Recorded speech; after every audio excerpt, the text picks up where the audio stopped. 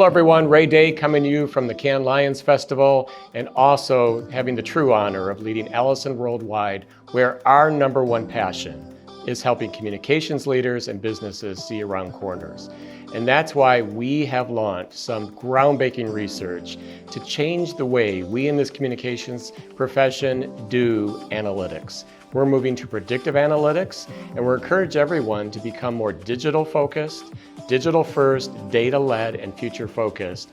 We have a number of communications leaders joining us in this video series to unpack some of our initial data and far more to come. Come along and join us for the journey.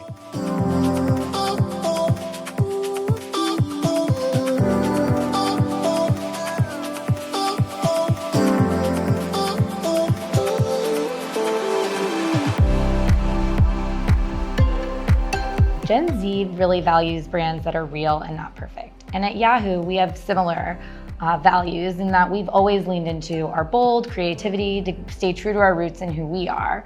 Nearly half of our users are Gen Z, and so we really think about that when we approach a campaign. For example, last week we launched a new feature within Yahoo Mail that helps you catch up on your inbox. And with that, we partnered with streetwear brand Anti-Social Social Club and did a campaign called Anti-Email Email Club that was really grounded in truth and realness, and it landed. We had our biggest download day for our iOS app with Yahoo Mail.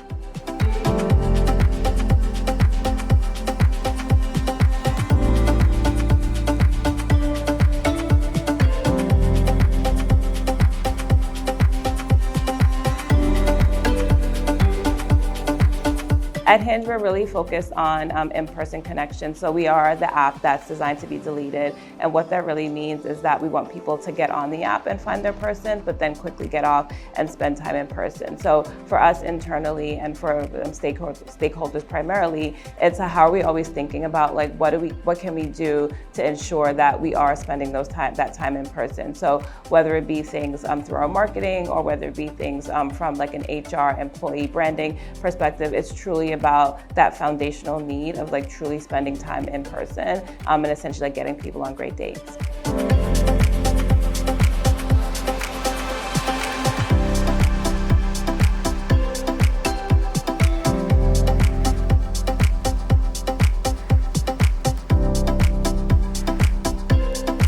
Many people think of the New York Stock Exchange as a symbol of capital.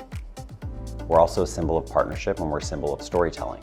And when you're allowing brands to have more access to different platforms and the ability to democratize their story and democratize access, more brands have the ability to tell a story in a more modern dynamic. At the New York Stock Exchange, we're looking to modernize our media partnerships so that all brands, all sized companies have the ability to leverage the backdrop of the New York Stock Exchange to put credibility into the marketplace so that therefore they have the ability to tell their story with more leverage and more scale.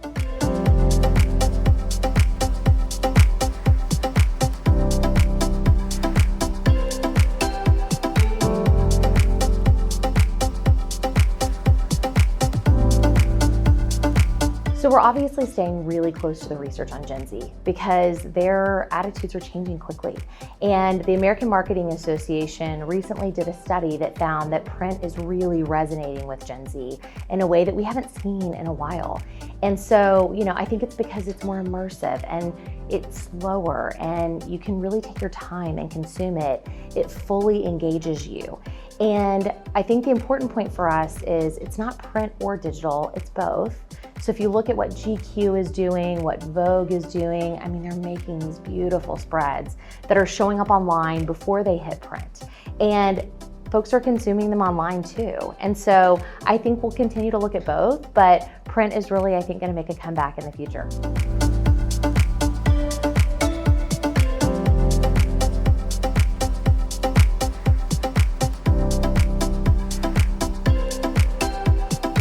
I think it's a great question. I don't think that those are actually in juxtaposition. I think that we actually have to move really quickly to understand AI, the implications on our business, put in guardrails, rules of the road, code of conduct. But then I think we have to go slowly to figure out exactly what are the tools, what are the applications, what are the problems we're trying to solve for. I know at our organization, a lot of people are using AI to solve a lot of problems, but we don't yet have a governance structure in place. AI falls under me, and I've just hired someone who will be starting next month. And we're going to go very fast to figure out what are the parameters that we want to have for working within AI, data privacy, ability to delete data that we put into LLMs, addressing security concerns. But then we need to take our time landscaping and figuring out exactly what are the needs that we're trying to solve for, so that when we introduce tools, we are putting them in, ideally for the long term as you can be when it comes to AI.